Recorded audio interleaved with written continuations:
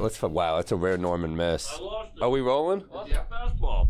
Joined by Dan Soder here, talking tour bussing. Hey. You're going to be doing it. I'm going to be doing it pretty hard. But yeah, you can't sleep. I couldn't sleep when I was with you and Jay and Bert because Bert would just talk till like 4 a.m. and I'd be like wired. It is, Yeah. It's like a sleepover. Yeah. Oh, yeah. Are you up?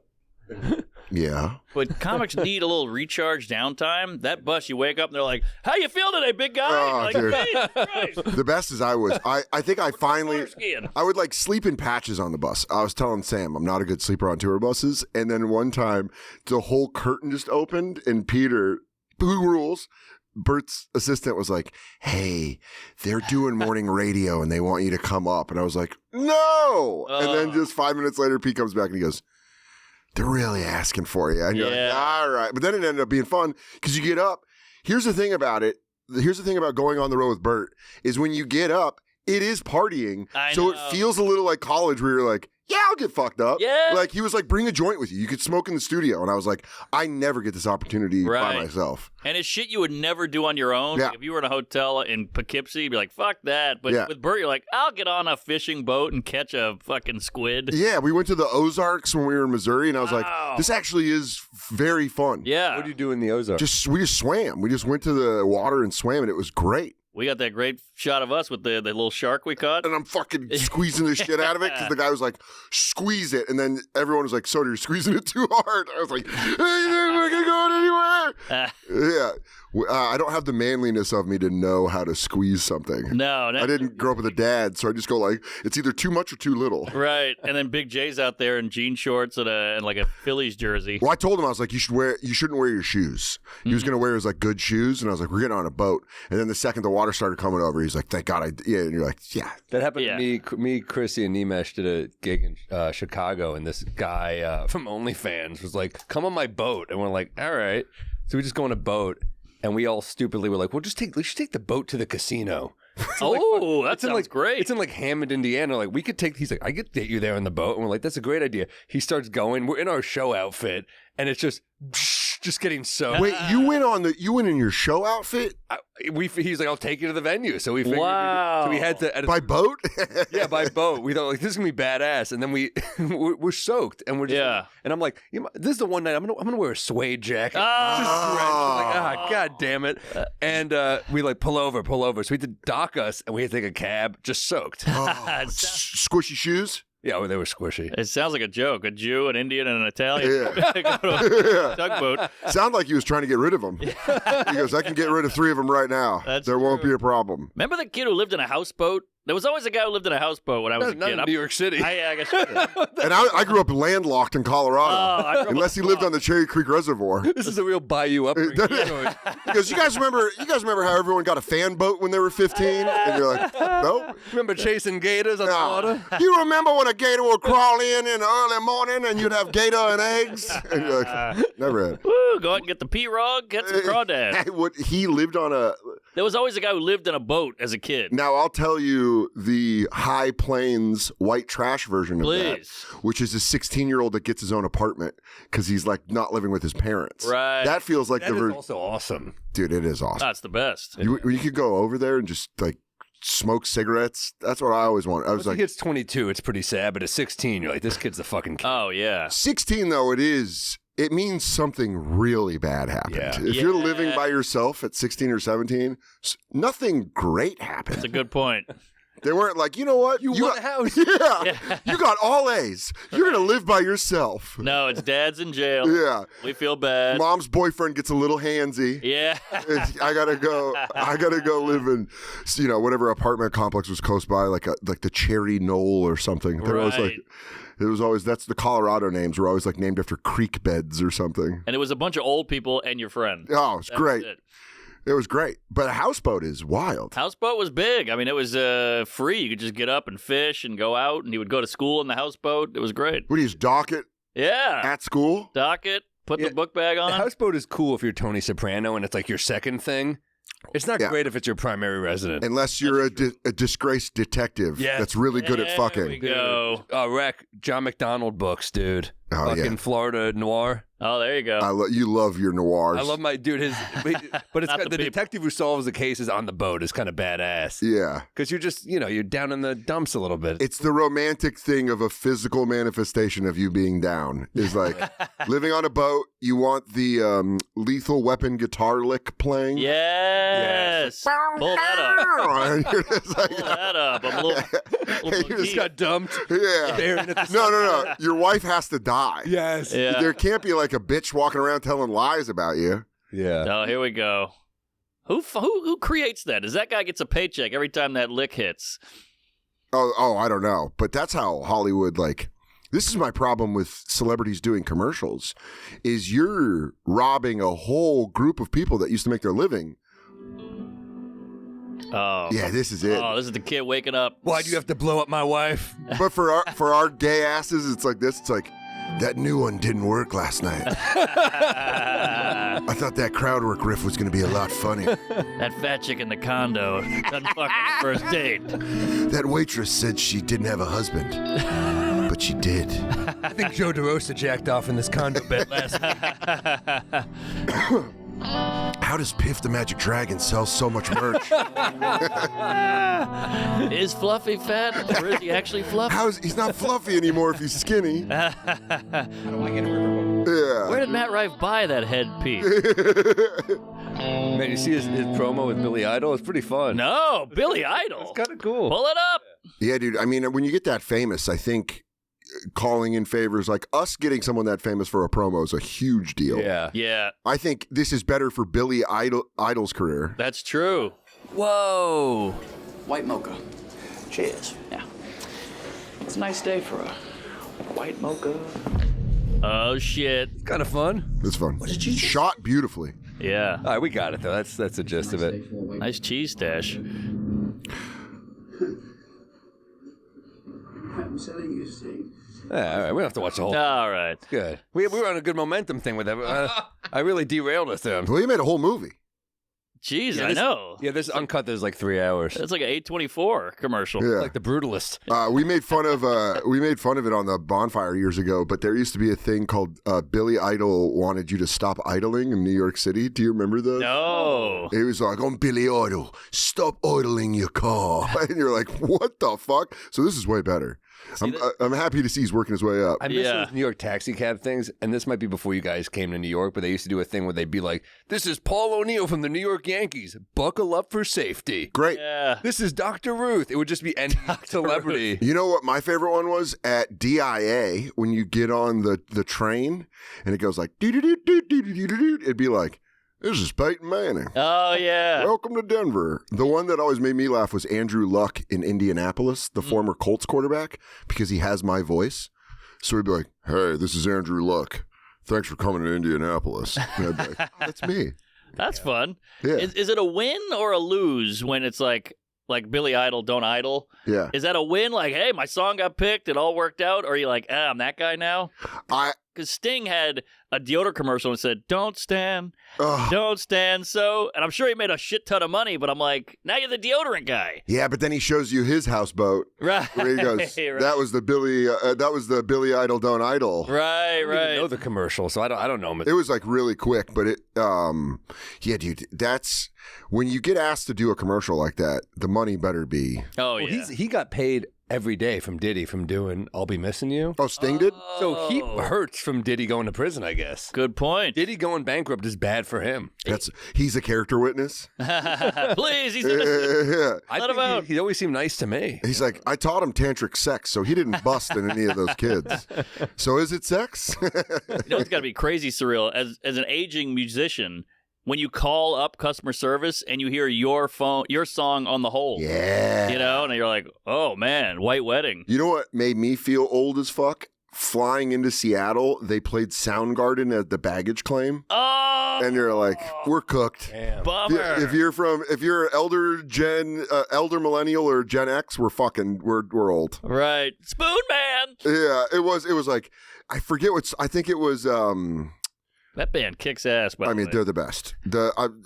It was really funny to be like waiting for my bag, and it was like, my wave, and you're like, oh no. Yeah, because party is like, here we, shit, I'm old.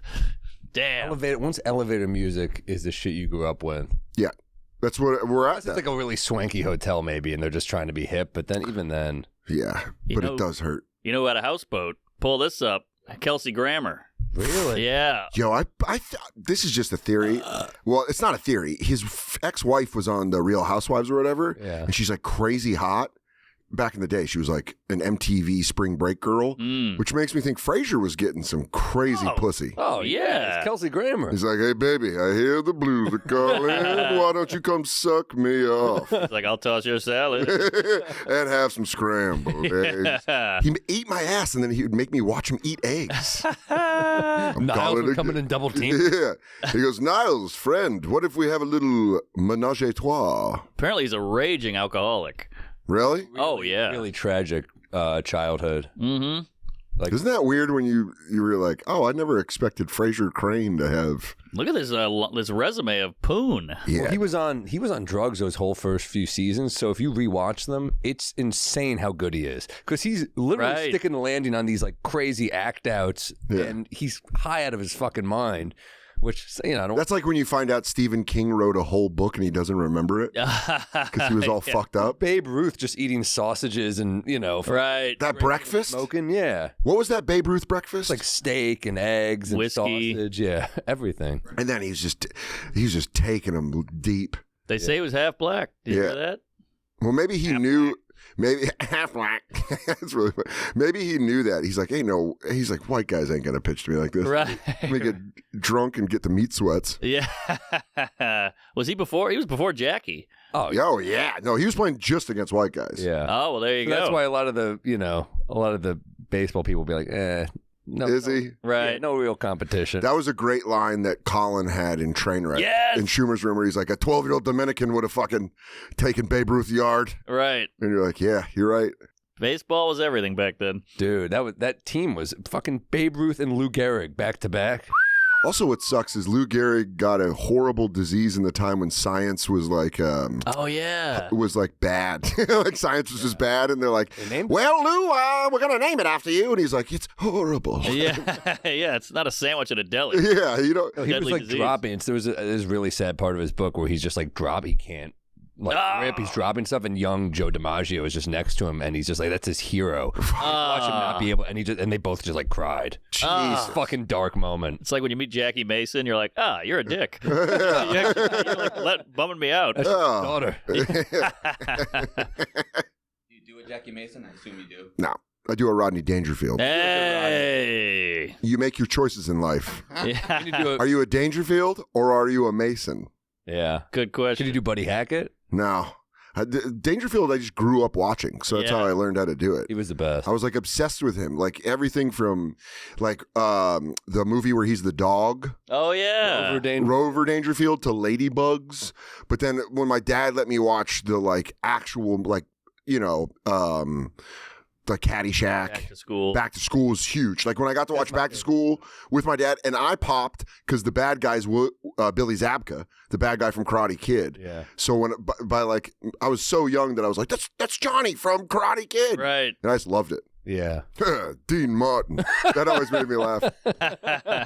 Great actor, Ned Beatty. Great actor, Ned Beatty. Literally and had to play the dude in Deliverance that got anally raped. I want to know what to play that role. Yeah, I want to know what the story is with Kinnison getting the role as the professor in Back to School, because that was back in the day when a comic was getting famous. Another like what Eddie Murphy did with Chris Rock in Beverly Hills Cop 2, Rodney kind of did with Kinnison in Back to School. Definitely. I'm sure because it was right after the Young Comedian special, so he probably was like, get up here. And I love it because they do that thing about Vietnam. He's like, that's right. Shit. Tell him what you did. Say it again. Yeah, this scene is like... You know, a lot of people think history is just facts. It's just information about the past, but not me. I mean, I hold history very sacred. Sacred. The way the farmer looks at the earth and he holds it sacred. The way a Christian takes the Bible and he holds it sacred. The way a lot of people hold their marriage sacred. It's like so Rodney's listening face is funny. Why don't we dive right in by interpreting one of the easiest events in the last 20 years of American history. I was one of the easiest. Now, tell me why in 1975 we pulled our troops out of Vietnam.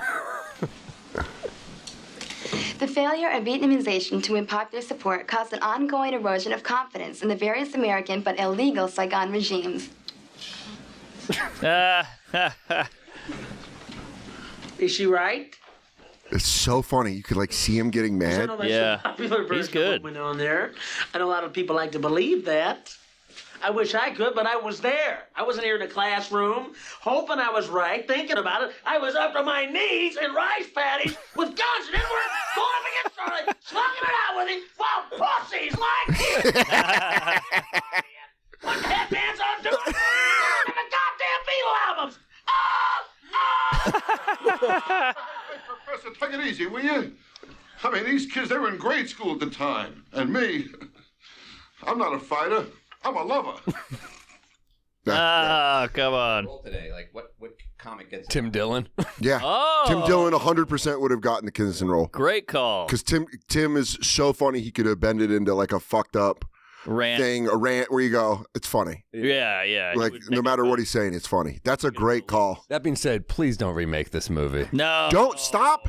No, do it with Matt Rife. Stop. He's like, we're all going to get laid, and I mean it. Because all I've been doing is getting laid. Oh, poor Ned Beatty. Oh, Ned Beatty just getting fucked. Every bar he went into after that, some guy got behind him and went, hey, what's up, Ned Beatty? Or they, yeah. That's a rough audition, too. Just one dude after another. Squeal like a pig. Yeah. Yeah, dude. Oh, and that, I wonder how many fistfights Ned Beatty got into. Yes. Because some drunk idiot told him to squeal like a pig. Yeah. Right. He's like, hey, I'm with my family. We're at a nice dinner. Hey, it was a movie. Yeah. Because people don't know how to separate. No, it's I'm Rick James, bitch. Yeah. You know, at Disneyland. Man, that was the biggest bummer. I got to see Chappelle when he came back from Africa in 2004. Wow. At the Ava Amphitheater in Tucson. And I had no money. And I spent like $90. That's a little for money. That's a lot of dough in 2004. I spent $90 to my friend Tank. Shout out Tank. Tanky. He ran the people for the Ava Amphitheater, and he's like, I can get you a really good seat. Chappelle's my guy, so I was like, he's back from Africa. I fucking can't wait. I was so excited for the new bits. I fucking smoked a joint. I walked in, I sat down, and he started great bit about white guys on meth fighting a group of black guys. It's a bit he's never done on a special. It was very, very funny.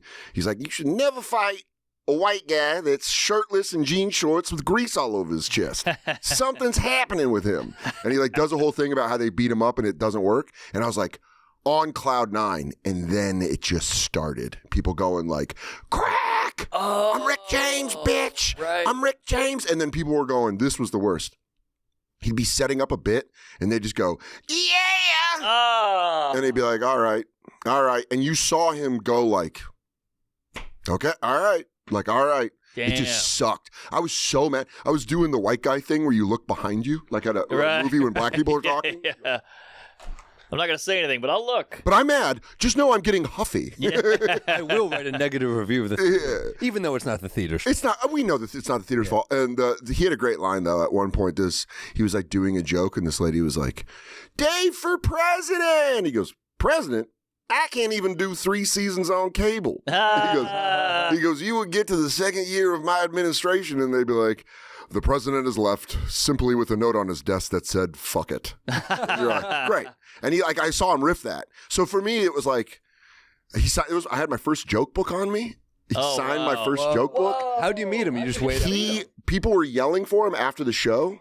And then I just like went and was like, will you sign this? Will you sign this? And he signed it and he kept my pen. And I was like, can I get my pen back? But yeah, I have that joke book somewhere. It's funny. Like I saw Carlin, I saw Seinfeld That's real crazy. young, and I remember everything. You remember everything. Everything. You're just like, they're in front of me. Holy shit. I remember David Tell playbill from Carol. There you go. that's I still have it. It's crazy. And then you just know him now and you're like, I don't know Chappelle, but like knowing Colin Quinn. Right. You are, right? No. Oh, I bet he does. Now, I've been introduced to him at least 4 times. And you're I like, do remember one night at the Cellar.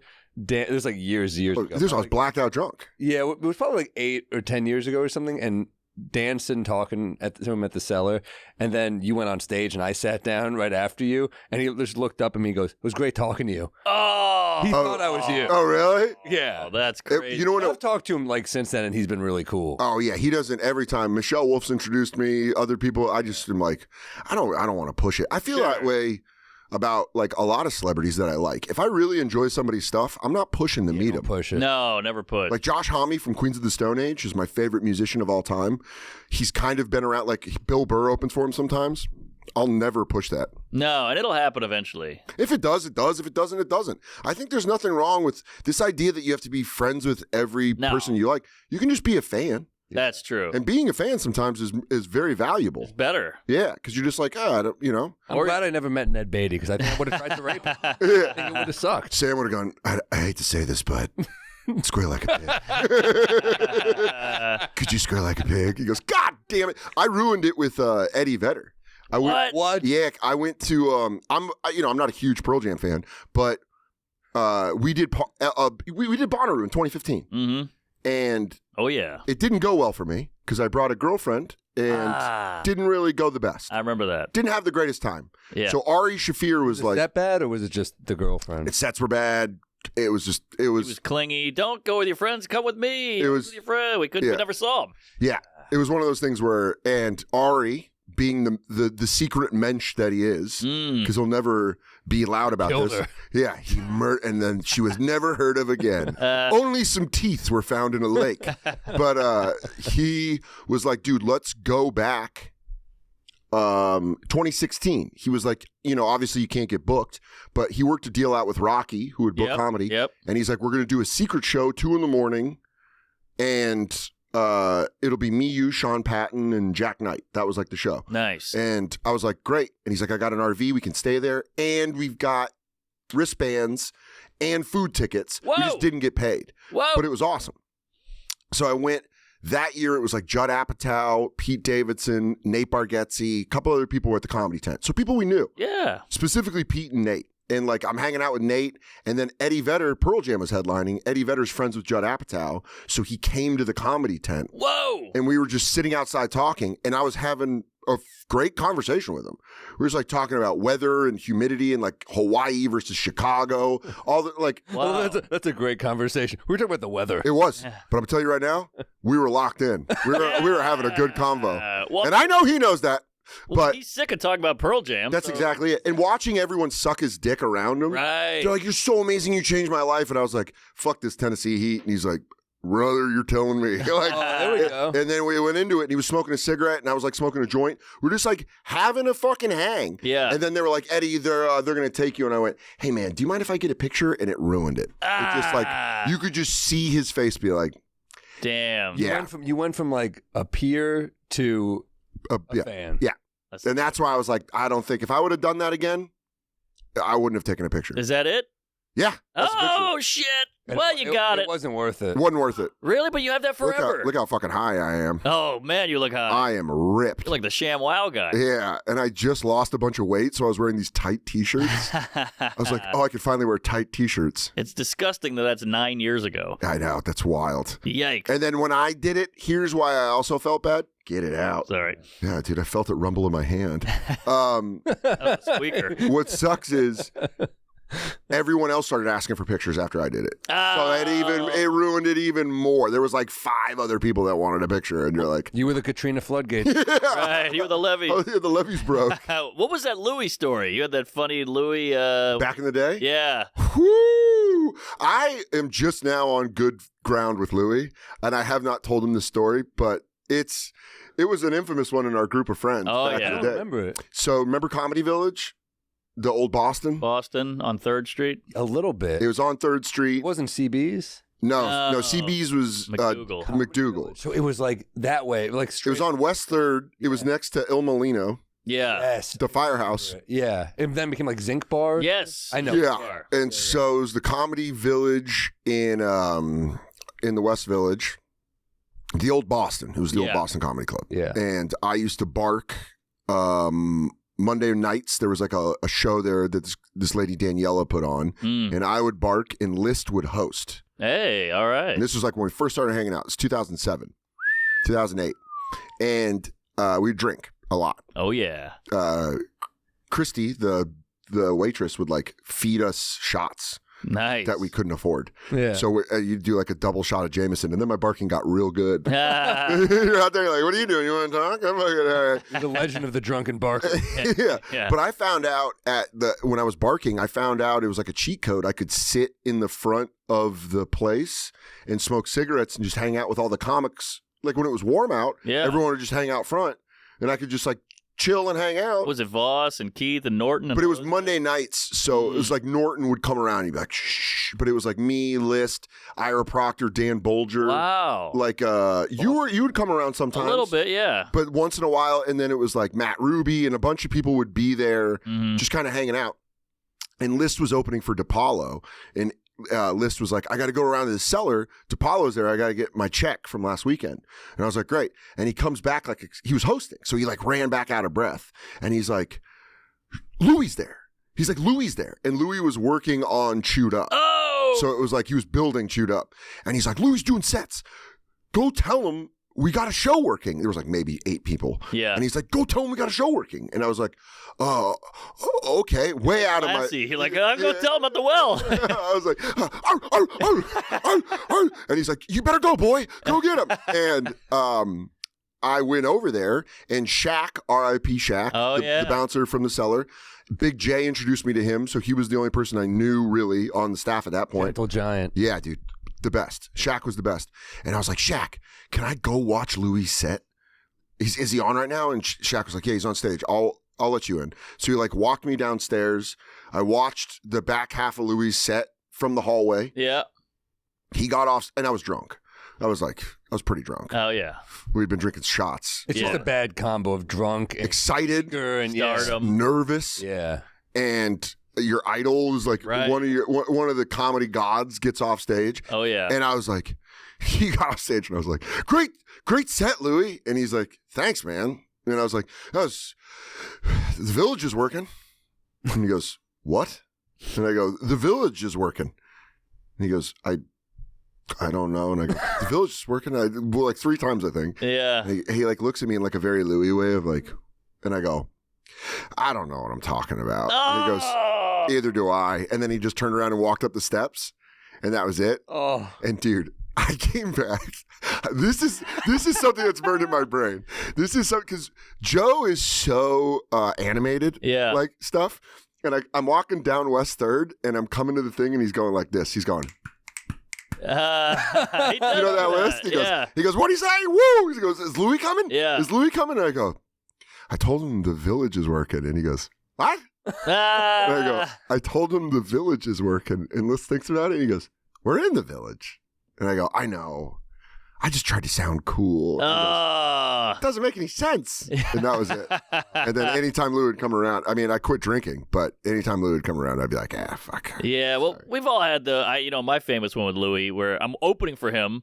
We're having a good time hanging out in his hotel room. I'm sitting on his bed. He's at the desk. Liz is in a chair. I think Wolf was there, somebody else.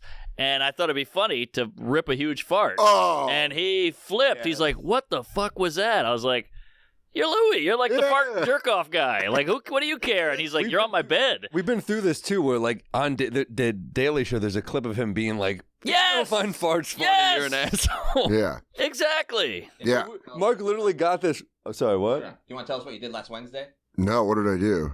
You did this show with Louis. Oh, I did a show with Louis. Yeah, I've like done it because of List. I've done a couple shows with Louis. Have not brought up the Village is working. No, I'm surprised List hasn't brought up the Village is working. I think he would find it funny at this point. Yeah. I think he would go like, oh, well, you're retarded. And I'd be like, yeah, I was being stupid. I was just so excited. Yeah. Of course. It was like, and you don't know what to say. Yeah. It's almost like you're hitting on a beautiful That's woman. what it is. Where you're like, I want to make you feel good. Right. It's like the Eddie Vedder. You talked about the weather. You didn't go, you're so pretty. Let me take you out. You were like, hey, it's cold out. You know? But then you got the number at the end with the photo. Did. Where I was like, I almost just jerk off before you talk to Louis. Yeah. Rub one out. Empty the tank. I don't care anymore. Yeah. Oh. You go, oh, you're here? Yeah. Sorry, I want to talk to Dan Natterman. Get out of my way. You're nothing to me now. Jerking off before you meet Louis is ironic. That was like one of those things where we were coming up where I was like, fuck. We've all had them. Yeah. Yeah. Have you had one? Yeah, I've had a few. Well, yeah, I had one with Lou. I'd rather not mention. Okay. Bad. Okay. But I have. I remember I was on Conan once, and Luke Wilson. I was just hammered afterwards. I was like, because you get excited. Yeah, I had a couple whiskeys before I went on, and I'm in the green room, and Luke Wilson, came back. Super nice guy. He's like, I'm going to keep my eye on you. Never saw him again, of course. But in the moment, you're like, oh, cool. Yeah.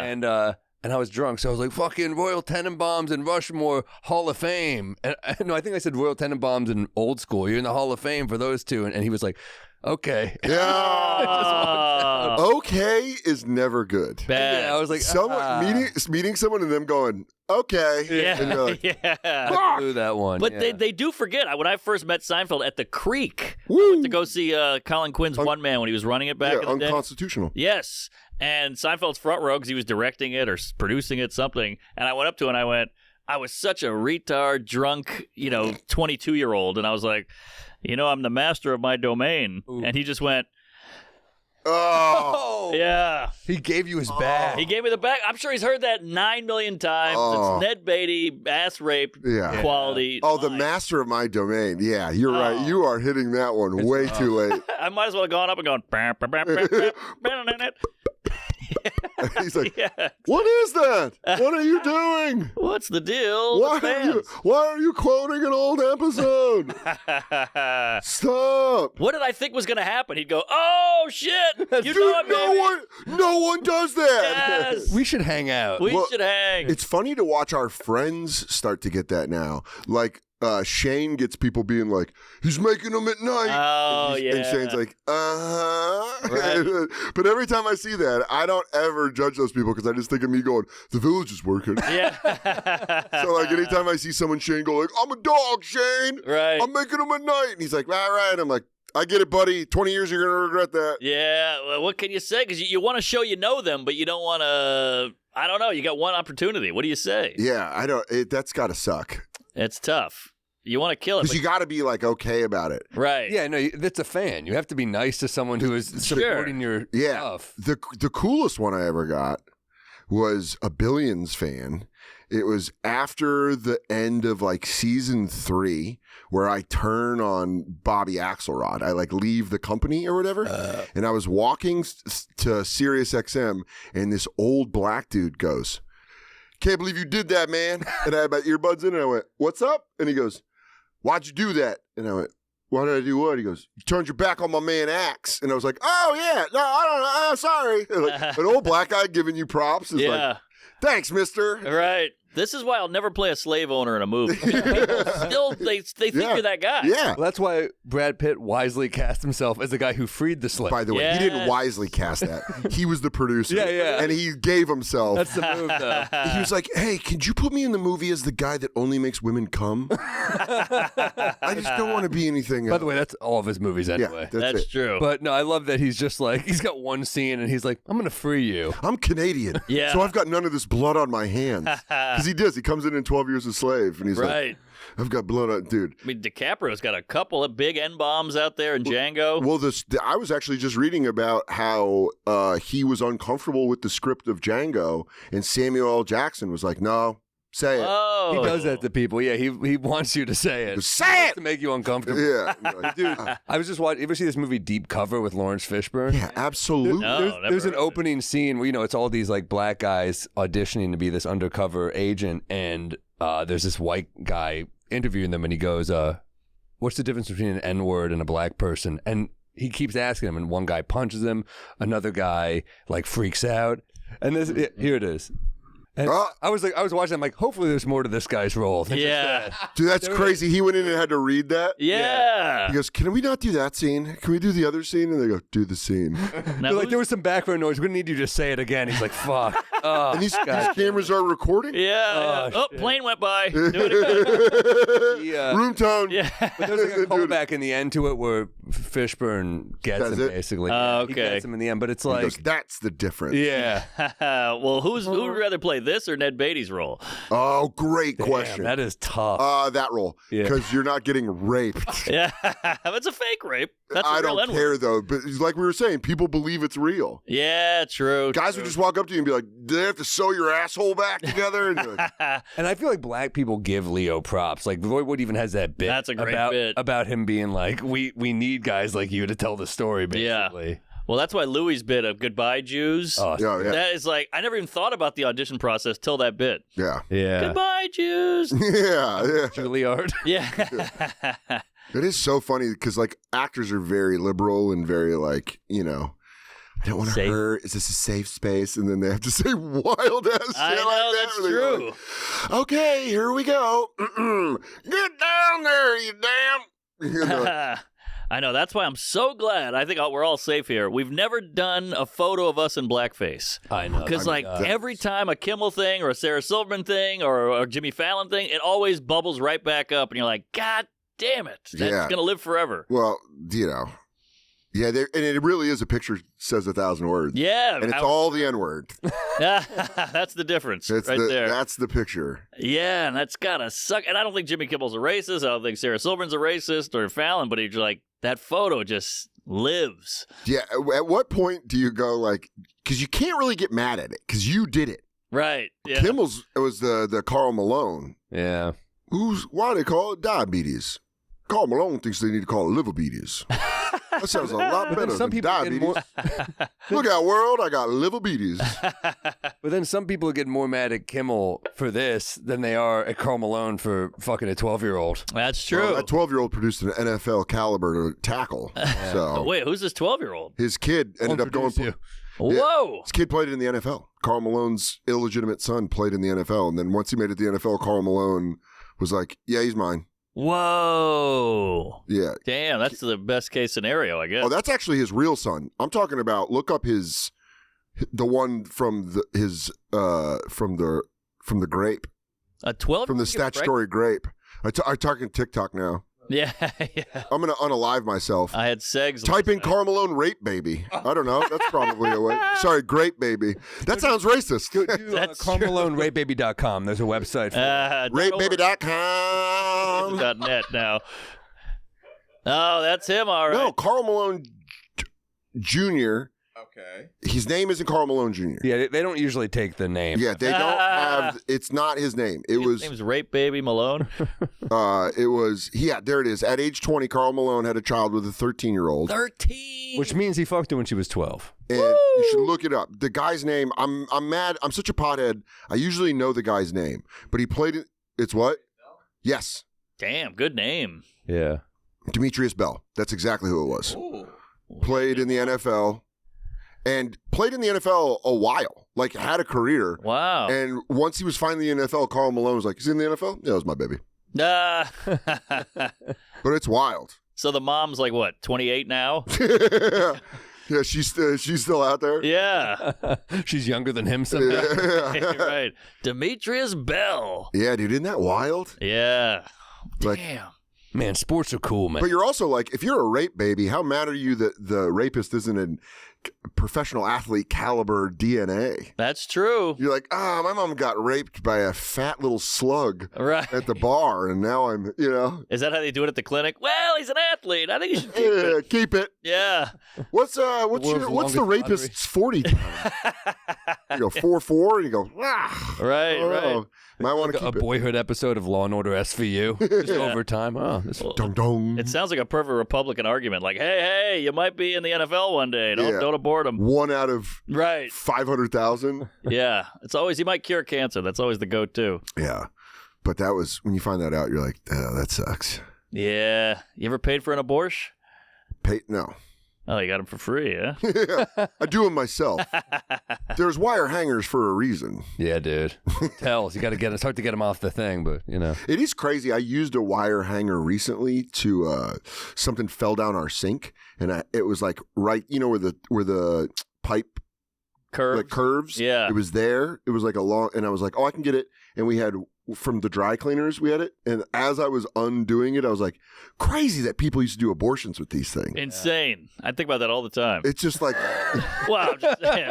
not when you hold your son. Yeah. I can't believe a coat hanger could have got rid of you. Well, I saved $350. Yeah. Have you paid for one? Yeah, twice. The first one didn't take. Morning after pill. Oh, there you go. The morning after pill or plan. Yeah, the plan B is like, if you haven't paid for those, what are you doing? Yeah, that's a must. It's crazy that you can just get that like that, but Ritalin, you need a prescription. Oh, yeah. Good What, point. you can just get a thing that'll destroy a baby? Yeah, it's crazy.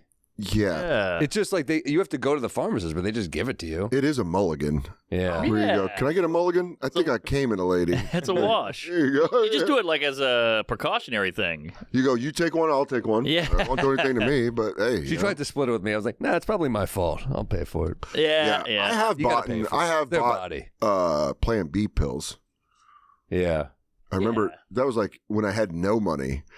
And she was like, I think, and you're like, yeah, we'll take a walk to CVS. And then you're like, $50? You know what I mean? And they're like, holy shit. She tries to throw an Orbit too. You're like, nah, just the pill. Don't get greedy. No, I want a Sobe. No, you don't get the white Sobe with the abortion pill. What do you think would happen if you gave a morning after pill to an infant? I don't know. Just let him eat it. He gets twice as strong. Oh, no, he's growing. Yeah. Wow. They should also make them in like a dispenser. If you buy like 10 of them, you should get like a cool. Like Pez? Yeah, like Instead of Pez. a baby's head? Or like a punch card. Yeah. They go 10 Plan Bs, you get a free abortion. Well, remember how in Wayne's World he had the licorice thing on the roof? Oh, yeah. Get one with morning after pill. God, that was awesome. Pull it up. You could technically stock up on those. Yeah, why I not? wonder what the expiration date is on that. I also think those things are probably going to be off the shelf soon. Really? Yeah. With Trump? Not in New York. Dude, you don't know. Yeah. You have no idea. They could restrict. I feel like I could make my own. Get the weight in You there. just have rubber gloves on and goggles. Yeah. You just hand her a bottle of whiskey. Yeah. You go, drink that, but you got to drink it all at once. Bodega cat. Plan B. Liquid Plan B. By the way, Plan B is the name of Brad Pitt's production company. Which is wild. Yeah, it's Plan B. Which is wild. Why would you do that? If it dies, then he has no one to blame. Good point. That's the name of the drug. Is RU 486? I bet it took 486 tries. RU 486 in a baby? Whoa! It should be called RU187. Yeah. Oh, there we go. It is funny thinking about calling an abortion 86ing a baby. Yeah. Hey guys, we're 86th on infant. Like a restaurant. Yeah. We're slammed. We're 86th on baby. Whoa, are you 486? That's brilliant. Brad Pitt. Plan It's B. called Plan B, and they're like, "Oh, Brad, you've never had to use that." 'Cause Yeah. Any girl he's spunked in, she's been like, "I'm holding it." Right. Yeah. They just plug her pussy. Right. She's That's like, weird that he adopted too. well, they had actual. He had a baby. few of They had his a few, own. but they adopt too. Well, they wanted some ethnics. Yeah. You know, it's Look at Hollywood. that. You got to score points. Look at that cast. Oh, yeah. Like a college catalog. Look at that. Apparently, they all hate him now. Really?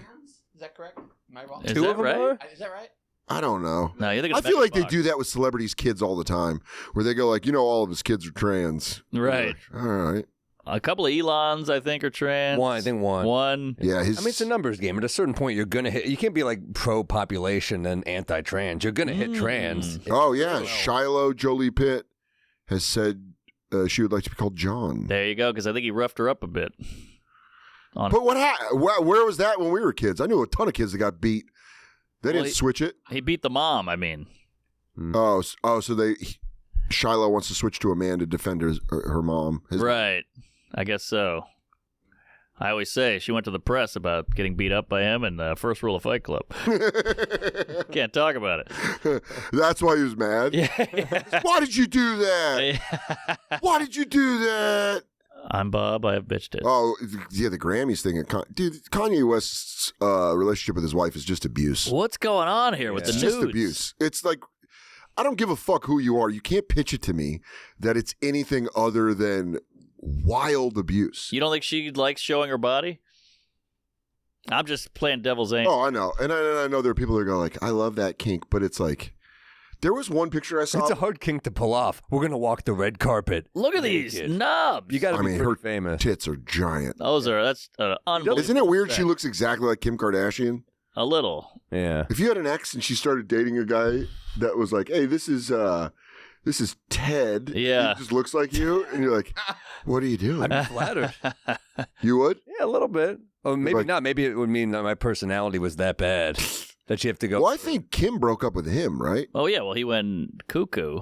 But He's not medicated. this is a better option because she's not as famous. She's not as high maintenance, probably. She does whatever he wants, and her tits are bigger. So funny, though, that she's just like in comfy sweats.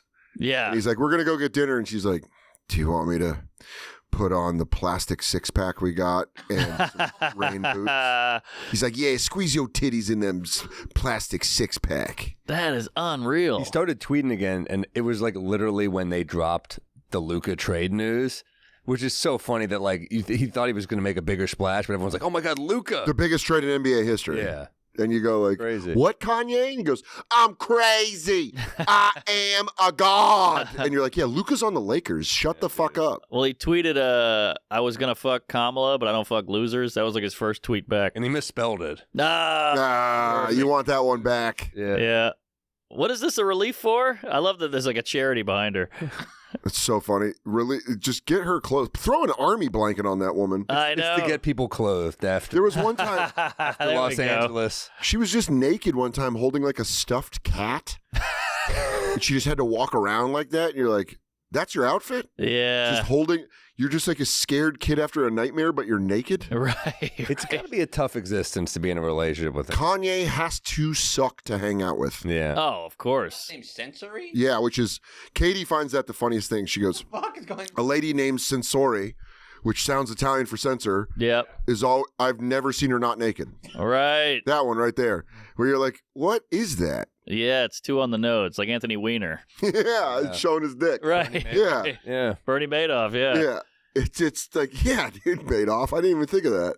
Damn, that's crazy. It's just got to be, You just want to obviously Kanye's a musical genius. He's like Sure. a musical genius. Yeah. But then at one point, it's like, this is like when a hot lady starts ruining someone's life. Yeah. And you go like, well, what's it worth? He's like, well, she's so hot. And you go, but outside of that. Yeah. I mean, he looks like a Mortal Kombat villain. What the fuck's he wearing? He does. Although Yoko wasn't hot and fucked shit up, so Yeah. better to go hot and fuck up, I guess. Yeah. But look at that hat.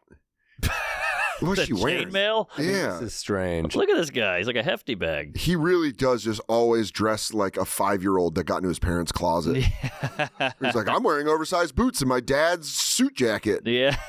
Yeah, I'm going to work like daddy. And you're like, sure. God. I mean, you wonder if he ever got medicated, if he would have been like, I made her do what? Yeah. You know, like you want him snap back to reality and being like, oh, that was like kind of mean. It's a lot to look back on. Yeah. Yeah, I mean, it would take a few days. Days. Dude, It would take years. Yeah. I'd If, love. if his head evened out, Right. he would be like, what was I doing? It's like a blackout where you're like, what did I do? Yeah. Oh my God. I said, what about the juice? He Yeah. wakes up, he's like, oh, what are these teeth? He's like, where's my wife? Right. Who's My this kids bitch? are all how old? And she's like, do you want me to grab the floss and wear it as a jacket? Right. He's like, yeah. He's like, why am I? It was all a bad dream. She's like, no, I really fucked Pete Davidson. He's like, yeah. Yeah. He goes, fuck, I was really hoping that wasn't true. Yeah. But like with his new wife, there was like when he got in trouble, like his old assistant sued him. And she said that Kanye would tell his wife that he wants to fuck her mom. Whoa. Like I don't know if that's true. That's just something I read I heard that online. too. But he was like, I want to fuck your mom. And you're like, that's so funny. Yeah. Just to do that to someone you're dating, being like, I want to fuck your mom. And she's like, all right. Yeah. Like at one point you go like, you can't be like, yeah, it's hot, baby. Yeah. Yeah, baby, you want my fucking mommy? It's a dude who watches too much. It's a dude who watches too much porn. Yeah. Right. Because in porn, that's cool, but in real life, that's fucking disgusting. Well, That's incest. It also feels like a Seinfeld premise, like of an episode where they're like, how do I get out of this relationship, Jerry? Say you want to fuck his mom. Yeah. Hey, she's into it. Yeah.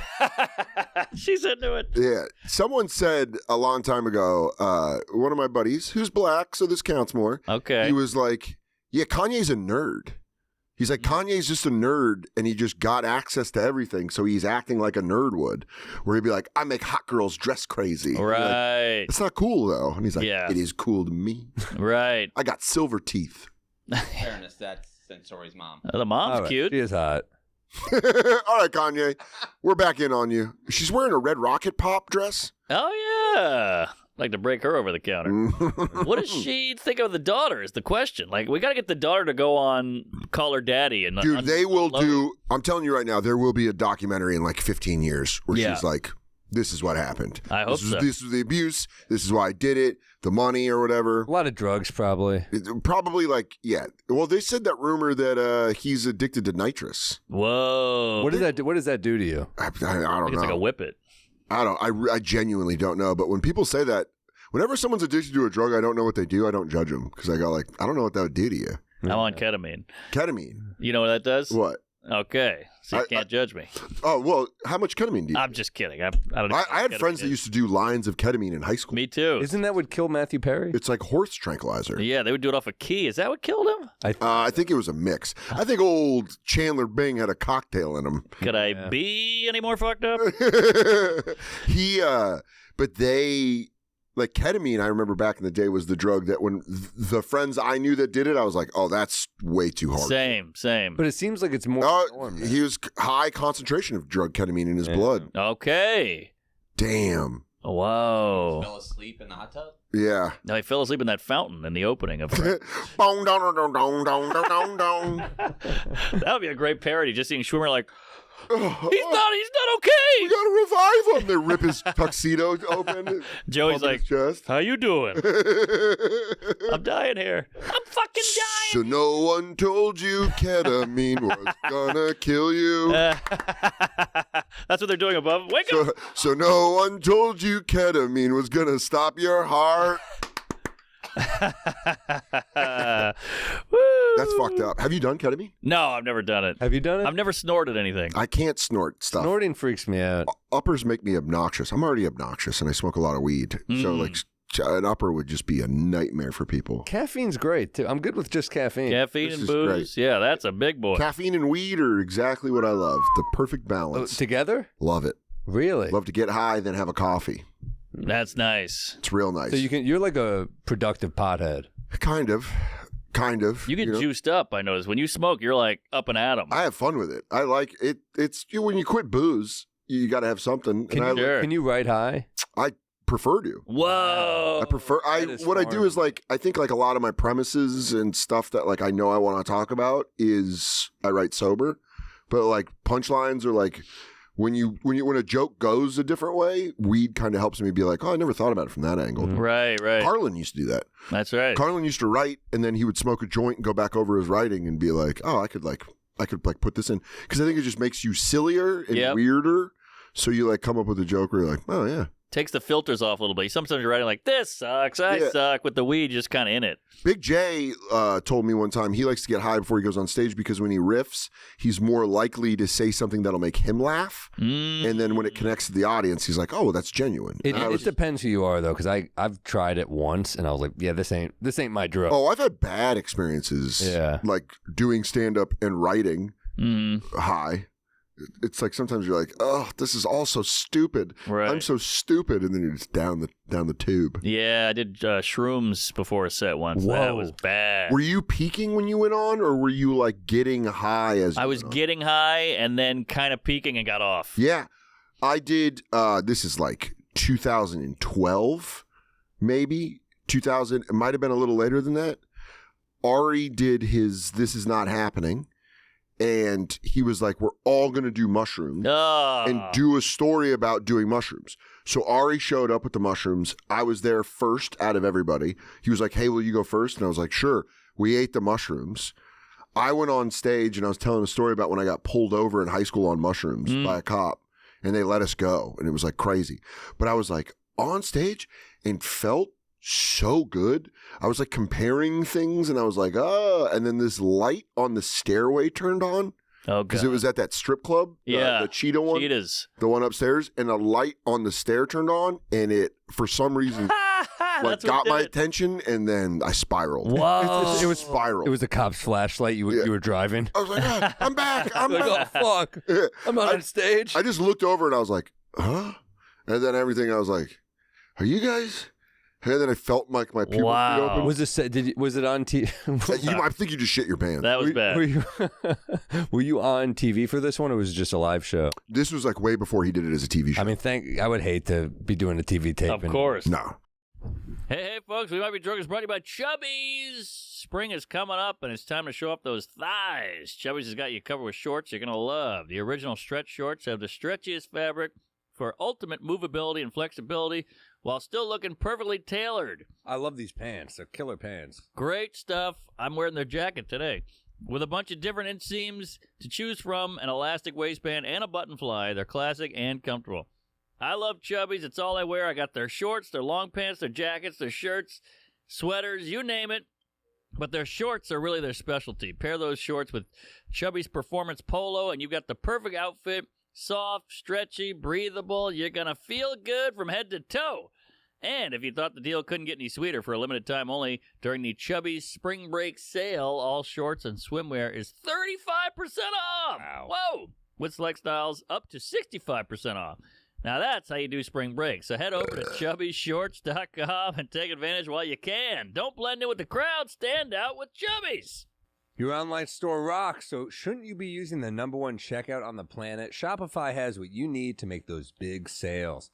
Shopify makes life simpler for your customers with an easy-to-use checkout experience and way easier for you with all of their amazing features like the Shopify app that you can use to run your business from anywhere. They even use Shop Pay, which boosts conversions up to 50%, allowing customers to pay in installments and saving you from those dreaded abandoned carts. Yeah, Shopify is great. Get on it now, guys. It's no secret. Businesses that want to grow with Shopify. Upgrade your business and get the same checkout Gymshark uses. Sign up for your $1 per month trial period at shopify.com/drunk, all lowercase. Go to shopify.com/drunk and upgrade your selling today.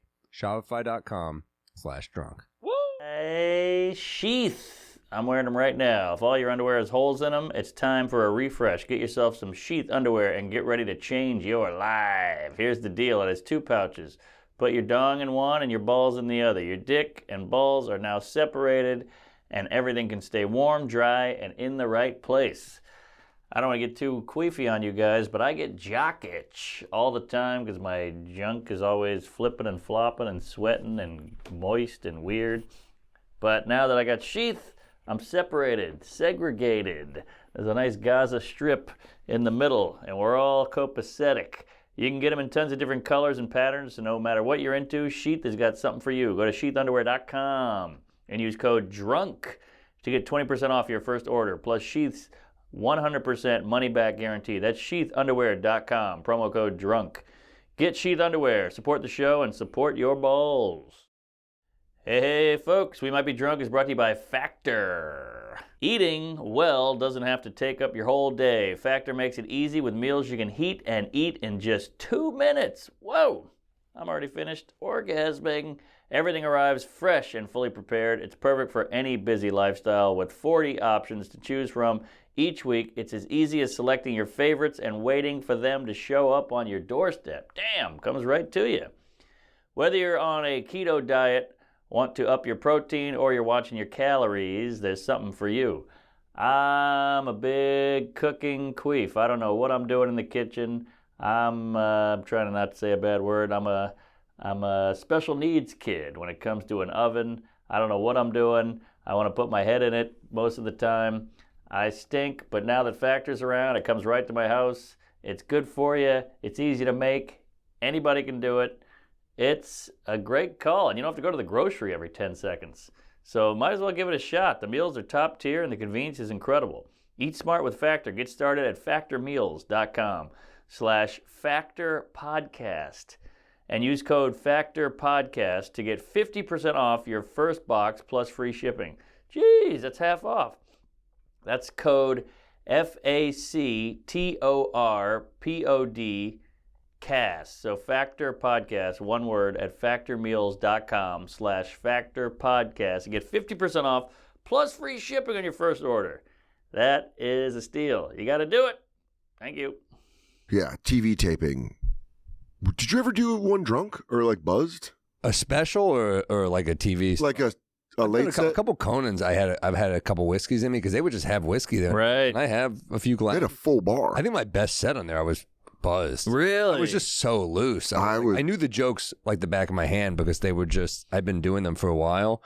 and I didn't really think about it. And I was like, that was a really good one. That was like Burr and Bill Hader were on that show too. It was a cool one to be on. I got to follow Bill Burr. Great whites panel. It was fun. Yeah, dude. And but yeah, I don't think high would freak me the fuck out. Yeah, of course. Well, that Conan shit, they leave you in that back room for like 3 hours. With that jug of, remember that jug of popcorn? Yes, the cheese and the I caramel. always took that. Oh, dude, I would eat half of it while I was there, and I'd go on like, ugh. But you're just ruminating back there. You're like, oh, hope this goes. What if I forget my jokes? What if I'm gay? The first time I did it, Nate was with me, so it was easy because we were just sitting around talking, and Nate knew everybody because Nate had done Conan. Yeah, that's true. So Nate just it was like Nate worked there, right? So he just like knew everybody, and then it went so well. The second time I did it, I was like, I don't need anybody with me, and that was the biggest mistake I made. Huge. Because then I was just sitting by myself, like you said, forever. Right.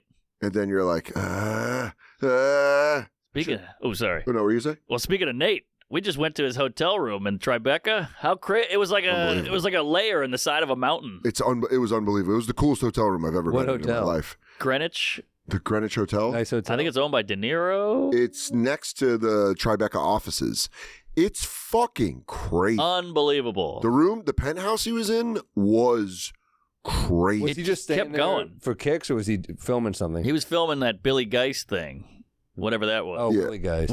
Willie Geist. Yeah, he did the Willie Geist show. But that, I mean, he got us all food. We had a big screen TV. We watched. It was like a foreign dignitary. Yes, it felt like the president of like a foreign country was there, and you're like, we're gonna bring in sandwiches that he likes. Yeah, like, great. Yeah, he had like a sauna on the roof. He had his own greenhouse. I took a picture of the hotel, like of the hot tub on the roof when I was out there smoking weed. I was like, this is insane. I know. So he does.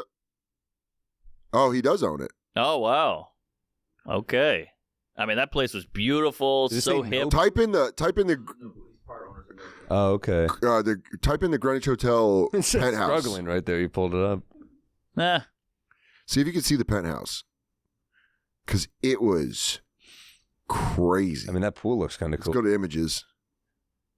Man, that's a cool front desk. Yeah, right when Dan walked in, they were like, "Yeah, there it is. You're here for Nate." Yeah, we sat right there. We sat on that couch eating sandwiches. That was one of the rooms. That was just one of the living rooms. Look at that window. Oh, yeah. That's where we watched. The TV was against the window. Oh, yeah. Louis Katz sat there. Or you did, maybe. I almost farted. And by farted, I mean shit my pants. It was crazy. It was one of those places that's exactly where we were. Yep. Nate was on that chair on the right. Right. Ari was on the chair on the left. It was one of those hotels where I was like, I'll never be back in here. No. There'll never be another situation where I'm back in this fucking penthouse. Yeah. It was one of those ones where the elevator opens to the room. Ooh, I like that. Dude, halfway up in the elevator, Nate's assistant was like, "You're here for Nate, right?" And I was like, "What if I'm not? If I'm not, you're in big trouble." Yeah, right. We looked so shitty. They're all dressed up, bow ties, and we're like Carhartt. Dude, it was so nice. What was the hang like, though? It was fun. It was all us. It was all people we knew. It was like me, Norman, Sal, Louis Katz, Nate, Ari. Just a good chopping the shit. Is that a thing? Shooting the shit, chopping it up, and doing a lot of shit talking and comedy business. It was great. It's always fun because it's fun to like talk to Nate where you go like, yeah, you still got that in you. Oh yeah. Well, you see him doing well. Yeah. Then you talk and you go like, you ain't ever gonna lose that. No. Comics never lose that. You seen this motherfucker's shit? And you go, tell me about it. He's in the most expensive hotel. He's doing a Christmas special. He's doing arenas, and he's like, this guy never supported me. He never helped me on the way up. I had to do it all on my own. No, but it was a fun hang, and that hotel was wild. I didn't even know. I mean, that never goes away, but this shit helps. Oh, hell yeah. I mean, that's nuts. I'm doing a couple dates you're doing some dates with Shane, right? Hell yeah. Yeah, I'm doing a couple. You doing Minneapolis? No.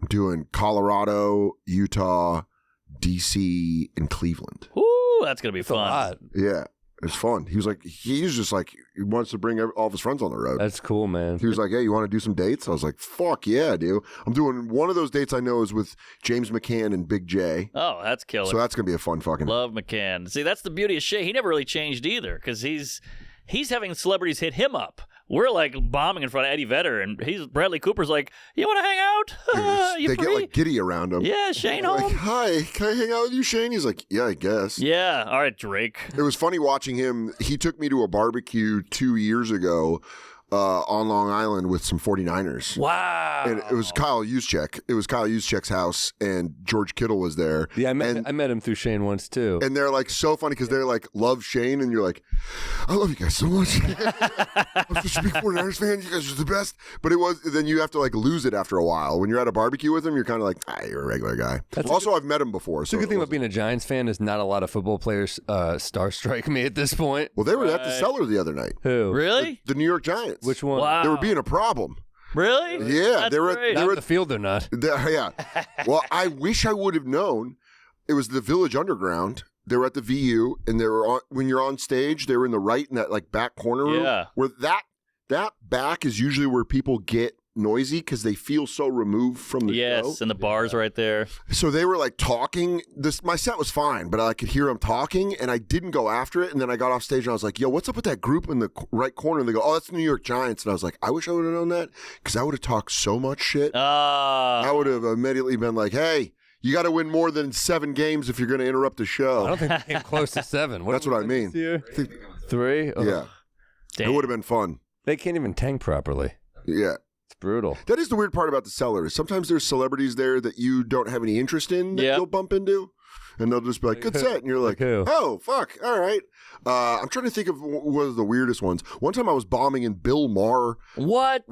Esty walked Bill Maher into the room. Holy like shit. 10 years ago. And I was like, I don't even like this guy, but this sucks. This guy's bombing, okay? Okay. Oh, really? That's your set? Oh, you're doing Subway material. I had one time I met Spike Jones there. That's cool. That was pretty cool. Matt Damon, he was there a lot back. I met him because of Papa and Brian Koppelman. Yep. Trying to think about new rule: no more Soder going on first. Why does Dan Soder want to talk about smoking weed? It was actually Big J and I smoked a joint, and I was like, I don't like to smoke right before I go up because I usually freak out. And Jay was like, don't be a pussy. And then I was doing, this was like 2013. I was doing a new bit that was like killing. Like it was like I'd had it for a couple weeks, so I was opening with it just to like, and I'm doing it, and this lady gets up, and I go, where are you going? She goes, I'm going to go smoke a cigarette. I heard you do this joke last week. And I was whoa, damn. And I was like, and I was pretty new at the Cellar. So I was like, and I just like went back to old material. Yeah, of course. And so it wasn't going the way I wanted it to because it was old material that I didn't even like anymore. Yeah. And then I saw Esty walk. First off, Esty walked in the room, which scares the shit out of you. Sure. And then Bill Maher. I was like, is that Bill Maher with Esty? Holy And then moly. I just fucking. What's your worst heckle? Worst thing that just crushed you? Got you. You couldn't come up with anything. I had one that was dry bad. mouth. A club called Rooster Tea Feathers. I know it. Shout out Sunnyvale, California. Hell yeah. I don't even think it was Sunnyvale. Oh yeah, it was Sunnyvale. It right? was. Like not even. It was like right outside like Cupertino or whatever. Yeah, it's like south of San Francisco. And it's like a small crowd. I was not selling shit, and I was doing that, which people some now know as the alligator story. Oh yeah, specials, and it After was a work in progress. That story. It took a while to get it where it was, and I guess it wasn't there yet because in the middle of it, a woman walks out, opens the door, and goes, "You fucking suck!" And the door just slows. It's like slowly closing in slow mo, and I'm just like, I just kind of stopped, and some other woman goes, "I think you're doing great," and I was like, "That was even worse." Oh. That one, the pity's worse than the outrage. Pity's worse. And I was like, "Oh god," it's just hard because I didn't have. I think you're a sweet boy. I didn't have an opening to hit her back because the door's shut. Right. So I'm like, "Oh, you just won." Yeah, smart way to heckle is say it and leave. Yeah. You can't rebuttal. Worse, the pity. That was a bad one. That's the first one. I also got spat on once at Whoa! Comedy Club. That was a bad one. Spat on. I was doing the door there, and they throw you up sometimes. And I went on, and I just like was going back with this guy, and I was dressed like shit. I had like the same pants I wore every day. Like a shitty young comic.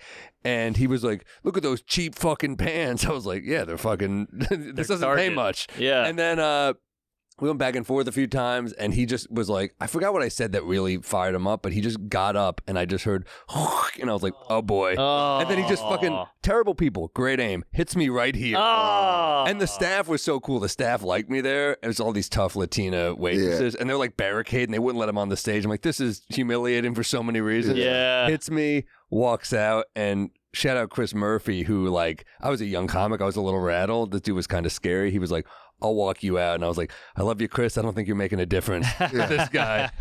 But was he there? He walked me out. No, he wasn't there. He was gone. But holy when you're a young shit. comic, you're like, fuck, that was a little weird. Man, you got hocked to it. I got hocked to it. Not the good kind. Yeah. Definitely finished you though. Yeah. Finished on the tits. How about you guys? That's pretty bad. Those are Spit two, is those bad. are the two that jumped out immediately. I mean, I have a couple. One was not long ago where I was doing a joke that I put on my YouTube special about I'm always afraid I'm gonna let the mass shooter into the building. It was an early show at the Cellar, and I was like, I'm a people pleaser, you know, and I like did the act out of opening the door, and it got nothing. And this guy right to the side of the stage goes, "You're not funny." Oh, and I was like, that's harsh. And then I didn't address it. I just fucking like. How do you not address that? I went like, because the joke bombed so hard. Right. He technically was right. Oh, and I was just like, and you were new at the Cellar. No, this is fucking 18 months ago. And I fucking ate it. Dude, I ate it so hard, but I stuck to my guns. Like, I was like, fuck this. I'm going to do these jokes. I know these jokes were, but I bombed. And I got off stage and I was in the back hallway and one of the waiters came out and he was like, that was impressive. Wow. Like, I watched you stay to your guns, but you fucking took a beating on that one. It was so bad. I had a set at New York Comedy Club on East 4th. You know, across town. I called and talked to Shane the entire walk over because I was like, no, the joke works. Joke works. Joke works. And he was like, yeah, dude, you're fine. This is just like, that was just like a bad set. And I was like, oh, I'm not going to fucking stop doing the joke. and it was just like, it fucked me up. Wow. Because it got nothing. And it's a shooter joke or whatever. Yeah, it was a mass shooter so joke. Dark. And they were like, oh. And the guy goes, you're not funny. Damn. That guy should be thrown out for that. I mean, that's crazy. I got a pity. I was bombing. I was somewhere on the road, some funny bone, and it was a papered room. And do you remember which one? I think it was Dayton, which is already sad. Yeah. But Dayton funny bone, papered room, half full, whatever. Sweating, dry mouth, bombing. Two older ladies in the front row, probably 65. One leans over and goes, "This is bad." Heard everything. It's pure silence, so I could hear everything. And now you have to pretend you didn't hear it and keep delivering the jokes with a smile on your face and tap dancing and jazz hands. And I wanted to kill myself. You just knocked loose a memory. All right. When I was at Helium in St. Louis, you know the Helium, the room. They're like right in front of you. Worst Helium. But they're like right in front of you in like a little semicircle. I was doing a joke that was on my HBO special about killing my grandmother because she asked me what gluten was. And it's like a big act out or whatever. And this old woman was with her daughter in the very front. I did the whole joke. Yeah. It didn't do bad, but the laughs came down and I heard her lean over to her daughter and she goes, "I don't like this." Oh. And I was like, and you can't go back at that. Exactly. No one else heard that. Exactly. Just you have it. And then the rest of the time, it's like you're performing with like this like spot where you're like, "Hey, I know this fucking woman hates me." It's like when a sibling would do something you're like under the table. Yeah. And it's like, well, I can't throw the first hit. They're going to think it's me. Exactly. They don't realize it's defense. But yeah, dude, I had experience at that club once where everything was just going wrong that week. Oh, Helium, St. Louis? Yeah, I was in the bathroom the first night. Veter's on stage, and the bathroom door just locked. It's a sliding door with one of those turn locks. Yeah, so I couldn't get out. And Veter's like about to call my name. I'm like, fuck, what do I do? I had to kick the door in. So I broke the door. That looked like, that would have been, by the way, I think that has to be your next special intro. You just fucking kick the door out and you're like, are these motherfuckers ready for this? You Kool-Aid man. I didn't do it in a cool way. It wasn't like a cop movie thing. It like kind of, and then like the little lock thing in the middle was just gone. There was like a hole this big weekend. So I got out and Gary's like, what the fuck happened? I'm like, it wouldn't open. I was texting the manager. No one answered. And then the next night, I thought it was a good idea to get, rainbow trout at a restaurant in St. Louis, Missouri. I deserve this. You're gonna gay fish. I deserve this. And in the Uber to the club, I was like, man, my stomach's killing me. Right? I'm like, I don't know if I'm gonna make it to the club. Yeah. And the Uber driver, like, he's in the front, he's just going, I had some diarrhea last week. Turned that bowl pink. And I was like, why are you doing this to don't me? do this. Little tugboat captain. Yeah. He's got war I was stories. like, God damn it. I had to like hobble into the club. I ran into the bathroom. Vito had to stretch. He'd do like 35. I had diarrhea. I'm sure I've told this on the pod before. Wow. Yeah. So they put Pepto through that little hole in the door on the toilet. Did you get through your whole set? Yeah, I made it. The Pepto numbs you. You're good. But by the end of the set, were you feeling like, oh, I got to shit again? Yeah, I was bad. I was in a bad way. That shit is, it's not good. In the same stall that you ruined the night before? Yeah. That's so funny. Yeah. Wow. What a weekend. I thought I've told this on the pod. I'm sure I told that. One time I was pooping at Bricktown Comedy. Oh, yeah, Oklahoma City. Great club. And I shut the door, but I was like pooping and I thought I had more time. And then they were like, as I was finishing, I heard them calling me. I was like, no. And then you're like, I got to clean. I got to wipe my hands. Yeah. And it was like 3 Dan Soders. It was like, Dan Soder. Dan Soder. And then what you have to do at that point is you walk out slowly. You have to make it seem like it's on purpose. Right. You're like, no, I like to wait. No, I went up there and I was like, I was just pooping. Like, I like pure honesty. Yeah. You just go up there and you go, guys, poop was falling out of my butt when he said my name the first time. I was being relieved. Yeah. That is a good club. I like OKC. Yeah, I went and it was like 104 every day there. So it was like smoke. I want to go back when it's not. I wasn't sweating on stage like a tent preacher. Oh. It was wild. Yeah, that's a tough one. You always think you can shit in time. I hate a rush shit. Rush shit is the worst. It's the worst. You want a free calendar, turn the phone off, light a candle, and really enjoy it. When was the last time you were constipated? I never get constipated. Have you ever had major constipation? Never. First time I ever prayed to God was constipation. Wow. It was in first grade, and I... Didn't we talk about this last time I was on? I feel like we've talked about... I don't know. Damn, I feel like I don't want to repeat another... I've never heard this constipation. No, I just... Because I was... You get it all the time? No, but I had a horrific one at Comedy at the Carlson in Rochester, New York. Another club I like a lot. Love that club. Yeah. And it was similar I was constipated for like a week. And then I was at that club, and I was like begging God to make me poop. What causes this? Barbiturates? Bad diet? What are you eating? Well, I truly think it was because the 49ers lost the NFC Championship game. There we go. And I was so mad about it. It's when they lost to the Rams, which we beat twice that season. It's the year the Rams won the Super Bowl over the Bengals. The Niners lost the NFC Championship game, and then I had a blowout Facebook thing with a family member, like an end contact, like a very real over the game. No, over just the history with me and this family member. Wow, and it was like a fucking I was shaking when I wrote it. I was so angry, and I wrote it. I read it to Alan, and Alan was like, "That was fucking great." Wow. I read it to my mom, and my mom was like, "Fuck him."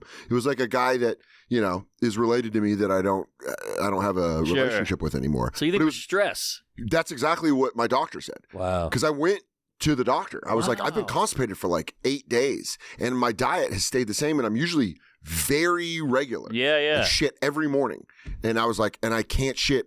And I was like, I'm trying to force it. And he was like, no, you got to drink Miralax and just let it happen. Stress will do it, though. And it was stress. Yeah. And then I did suppositories. It can't be the game. I think it's all the family. I think the game is a little stretch. I was stressed out during the game, and I tried forcing a shit. It didn't work. Oh, interesting. Honestly, this is I'm telling you the 100% the real truth. Lay it on me, fatty. Halftime of the NFC Championship game, I tried to force a shit out. Yeah. Didn't happen. Was mad I held on to it. The family thing happened the next day, and I was locked up for like 9 days. It's a combo. And then my doctor was like, too. So what's that? I said the Niners were stuck too. No, dude, couldn't get past Aaron Donald. No, and it was our blockage. Couldn't get out the Browns. Have you ever done a suppository? No, never. That was a low point as a young road comic in an Amtrak bathroom, having to put a suppository up my ass. It made me think. All I could think about was the Louis joke. What's that? Where it's like he had to do. They gave him a painkiller that was a suppository, and he put it in, and then he's like, he started getting warm, and he's like, why don't I shove more stuff up my ass? Yeah, it's such a good bit. That's a great. He's like, why don't I shove everything up my ass? But I did it, and it made some of the poop come out, but not enough that I was like, oh, I'm doing it. And then I did a suppository. I remember in the hotel in Rochester, nothing. Whoa. And I just remember being like, come on, God. And then I talked to my doctor. My doctor God ignores the wildfires in LA. He's like, let me help Soder. Hold on, let me knock this shit loose. But my doctor was like, drink as much Miralax as you want. It won't hurt you. He was like, every time you're just sitting around, stomach acid. What is it? It loosens your stools. It's for constipation. So I was just like sitting around in my hotel room, and I'd be like, bloop, and just do a dump of Miralax. Did the 2 shows that night. Still couldn't poop. Got home to my apartment and had the most enjoyable shit of my life. It's like a Dumb and Dumber? Yeah. It was one of those things where I think after the weekend of the stress of the shows and everything was done, and I sat down, the noise I made when I pooped was like, oh, it was Dumb and Dumber, because I was like, oh, like the end of the Lion King. I had to do 3 flushes. Yeah. Because I was like, oh, fuck. And then I flushed, and I was like, oh, fuck. And it fucked me up so bad that, like, I was like high. Like I got done pooping and I just like laid down on my couch. I was like, that felt wonderful. Wow. Not a 3 flusher. It is kind of like in the end of the movie where you have to like the extra gunshot to the bad guy's head. Let me make sure this is gone. Stay fucking dead. Well, stress hits everybody differently. When I'm super stressed, my beard falls out. Really? Yeah. Wow. So it hits everyone differently. Shitting. Beard. Your beard's looking pretty full this week. Good. Well, now, yeah, my razor broke, so I got to buy a new one. But yeah. But will it come out in clumps? Yeah, just circles, like a like a nickel is gone. Razors breaking is a peeve. Of course, they break a lot. They really do. I use a buzzer now. That's what I use. My buzzer's but broken. they break all the time. Yeah, you know what? Yeah, you just got to find one that doesn't break. Yeah, unless Manscaped is sponsoring this episode, in which case their stuff is really good. Manscaped's got it is good. It is great. Manscaped does some good work. They do good. I give them as gifts. Yeah, those boxes. Yeah, I got 9,000 razors. That's the way to go because you're sponsored by them. Yeah, that was like me giving digital picture frames. Yeah. Which if anyone I gave is watching this, I apologize, but it's a good gift. Great gift. Those are pretty cool, actually. We had like 6 of them, and Katie's like, "What do you want to give him for Christmas?" And I just grabbed one, and she was like, "Okay." And then you wrap it, and you're like, "I'm just fuck it, why not?" It's just gonna get a gift. I'm like, I got you some Bodega Cat whiskey. I just give impressions as gifts. Yeah. I'll do your voicemail as Macho Man. What about the singing gift? The singing telegram that went away. Remember that really guy? Did. Yeah. He'd be like, "Happy birthday!" Right. It's now Cameo. You guys have any peeves or bits you're working on? Oh, I got a peeve. What do you got? I'll buy you guys some time. Yeah. You ever have this guy? This happens to me all the time, and I fucking hate it. When the guy, I go, hey, some guy's like, so yeah, my friend was a heroin addict. He eventually died. And I go, oh, did he die of a heroin overdose? And another guy I was with goes, of course he did. What the fuck kind of question is that? And then the guy goes, no, actually got hit by a car.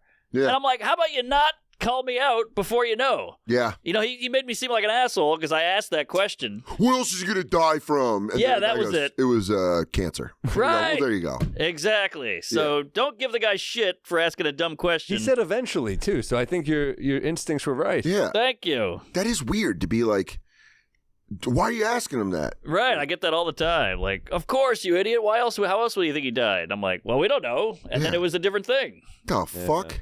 That does make me mad because that's someone trying to make you look stupid when you're smart. Exactly. When you're like, no, I actually had a good question. Like, why would you ask that? And you're like, and then there never is, the apology is never as loud as the accusation. Of course. They never go like, I'm sorry, I jumped in on that. Right. I was fucking wrong. Yeah. So always ask questions. My peeve is very generic, but it's very true. Text back. Stop. Like, if I text you and you don't respond, I'm taking that very personally. You hear that? No, dude. I'll tell you this right now. Because he's terrible. I'll tell you right now with Michael Che, I stopped texting him. Me too. I just don't care anymore. Yeah. And I love we're not in high school. You're not too cool to text me back. Right. I'm your friend. At least give me a thumbs up. Yes. I won't name names, but there's 2 people that I've been trying to hang out with, and it's just 3 unanswered texts, and I go, well, then I think we're done. Fuck 'em. And I think we're done. Yeah. And I don't accept the, I know people that are like, well, I'm overwhelmed. I got a lot of texts or whatever. And it's like, say that. That's fine. But the next text I get from you better be an apology for the text you didn't answer. Like, hey, dude, I just saw the thing above. I'm sorry. I must have fucking missed it. Because I understand you're getting on the train. Someone texts you, you read it, you put it back. You get overwhelmed sometimes. I completely agree that. You do a bunch of these. There are people that are consistent that I don't put up with it anymore. Yeah.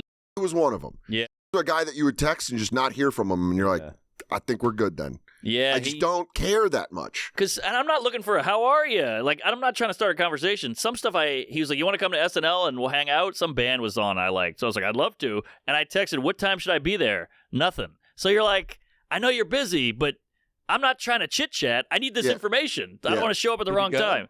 I ended up going, but I just showed up. Dude, there's one of our friends that I text that it's just all blue. Can we blank the name? What would we say? Yeah, I mean they're gonna read lips. Right. Blah, blah, blah, blah, blah. Wow. What? I would not think that. Does not answer any of my texts. Why is that? I don't know, and but it's not just me. Okay. So that does help. When I've talked to friends and they go like, he doesn't respond, and you go like, clearly he must be going through something. But I can only give so many texts before I'm kind of like, I don't care, dude. If I see you around, I see you around. But you guys are close. I don't want to give too much away here. Yeah. I mean, it just... He's a Hispanic man. Yeah. He is a black lesbian. Trans comedian. No, but I think it is like in the age of texting, it's like the least you can do is just go like, either if you forget, go, sorry, dude, I didn't see that text. My bad. Yeah.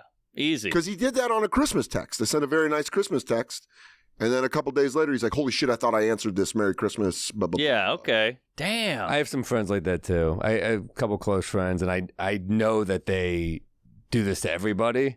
When you find out they do it to everybody, it does help. It's not so Some bad. people don't look at their phones. They really don't. That's true. I'm not one of them. But that's when true. you know your friend does, because you're around them, and you see how much they're on their fucking phone, right? There's no fucking excuse. Yeah, well, there is also, and this is not you, but there are people out there who are like, it's like 8 favors in a row. Oh, just like, yeah. Now I'm not responding anymore. I will only be upset if I send you a positive, benign message and you don't respond. Right. A sincere reach out of like, what's up? Would love to grab. You texted me back. Yeah. I was like, hey, let's go get diner. I was on the road, but I wanted. But you're on the road, and then you wrote, hey, dude, sorry, just saw this. I know it's a little late. But we do want to hang. Yeah. And but that's not something I would hold against you because I knew you were on the road. But you know, I'm talking about when it there happens. There are also the bait and switch texters. That's true. The texters who are like, how you been? And then they rope that into a favor. Gomez? I mean, I don't think I've ever gotten a text from Gomez that isn't a question. Gomez, it's not I've never got a question of how are you. It's a statement. Yeah. It's like, you're doing Story Wars this Wednesday. I'm like, I told you I couldn't do that. He goes, I'm confirming you. I'm like, there was no confirmation. I will I love you, Lewis, but I didn't fucking confirm. I will add to your point, there's nothing worse than someone going, hi. Oh, I fucking hate hi. Hey. Hey, what? Yeah, that's what? Never good. Hey, what? Never Put good. it in the fucking Am I in text. trouble? You sackless asshole. Yes. Go like, hey, can you do this? Or hey, don't, hi. No, I hate guess hi. what you're going to get back? Hi. Yes. That's all you're going to get back. And then I'm not going to answer the next question. Girls would do that when you're dating. They'd be like, hey. And you're like, dude, you got to set something up here. I got an Instagram message from a girl a long time ago, but she wrote, hi. And I wrote, hi back. And then there was no other. She wants you to do the dirty work. Hey, this is a little volley. I don't know. You do it. I know this isn't really related, but it's just something that I just thought of that really annoyed me. Back in the day when I was single, before I met the love of my life, Katie Nolan, I was on Match.com. I signed up for it. Old school. Wow. Well, this is like 2016 or whatever, and I was like, I want to meet someone. I want to actually meet someone that isn't a comedian, that isn't in the entertainment industry. Yes. I just want to meet someone, and it's New York. So I signed up for this Match. Match.com, you have to like put in effort to like do a profile. Oh, really? I did like a whole profile. I spent time on it. And then when I first started getting matches or whatever, it was women being like, I bet I'm funnier than you. And then you were like, delete profile. Block. Because I don't want to fucking do this. Oh, no. I bet my pussy gets wetter than yours. What are we doing? Are we just gonna say crazy shit at each other? How good of a dick does your brother suck? And then they're like, why are you saying this? You go, I thought you were funnier than me. Yeah. And you fucking riff it, you stupid bitch. God, it made me so mad. I got like 4 of those. I got that too. Make me laugh right now. Fuck you. Show me your tits. Yeah, there you go. Yeah. Let's just be honest why we're both here. Right. Yeah. What's your suck game at, lady? Yeah, I would just send him a clip. It would be on Conan. There you go. Yeah, fuck. Dude, you know what's funny is you guys definitely have to get these messages. where a fan will send you a tag for a bit that's already recorded. Like it's on a special and it's out. And he goes, you know what you should say right here? You go, I got it. Yeah. We used to do a lot of bits on here. So I would sometimes get them for bits that we were working on. And I was like flattered that our people would take the time. They were like witty lines sometimes. I didn't end up using them ever, but I was like, that's a good line, you know? Yeah, it was kind of fun. Yeah, but for the finished bit, sometimes a comic will do that. And I'm like, you know the fucking bits. Right. There's a comic that tried giving me a note recently. One note I got that was great. Like Mary Santoro saw me do a joke and she was like, hey, at the end of the joke, you should say this. She goes, do you want a note? And I went, no, I don't. And then she was like, can I just tell you what I think? And I was like, yeah. She goes, at the end of this joke, you should do this. And it was correct. Okay. I was like, didn't think of that. And she was laughing. She goes, I know. We hate getting notes. But then another fucking comic, and I'll tell you who it is at the end, who none of us respect. Oh. That reaction lets you know I'm not wrong. Yeah. And he was like, you know what you should do? Because I just have like a throwaway line about how I'm getting older, but I'm doing old man stuff. And I talk about leaving the flashlight on my cell phone on. And he's like, you know what you should do? At the end, your flashlight should be on your cell phone. Oh, now your props. I went, yeah. We were at one of those underground shows or whatever. And I went, what? And he was like, yeah, you should do that. And I went, start beating the shit out of him. I think we were on the same show. Yeah. And I was like, no, I don't think I'm going to do that. And he's like, oh, well, it's just like a thing. And you're like, that disgust face. Yeah. No. Ooh. But Mary, I was like apologizing. I was like, I'm sorry. That actually is a good idea. Right. Damn. We're such catty little. Well, it's all We're such insecurity. You know, one of my favorite things that ever, when I first started on Billions and I met David Costable, who plays Wags. He's a great actor. He's Pull him up. a generational talent. Yeah, he's great on a lot. He was on Damages. He was on. He was Gil in Breaking Bad. That's right. Yeah. He was in. He was on The Wire, Suits. I mean, yeah, he's had a nice. He is. I'm going to tell you this right now. Possibly one of my favorite humans. Easily one of the favorite people I've ever worked with.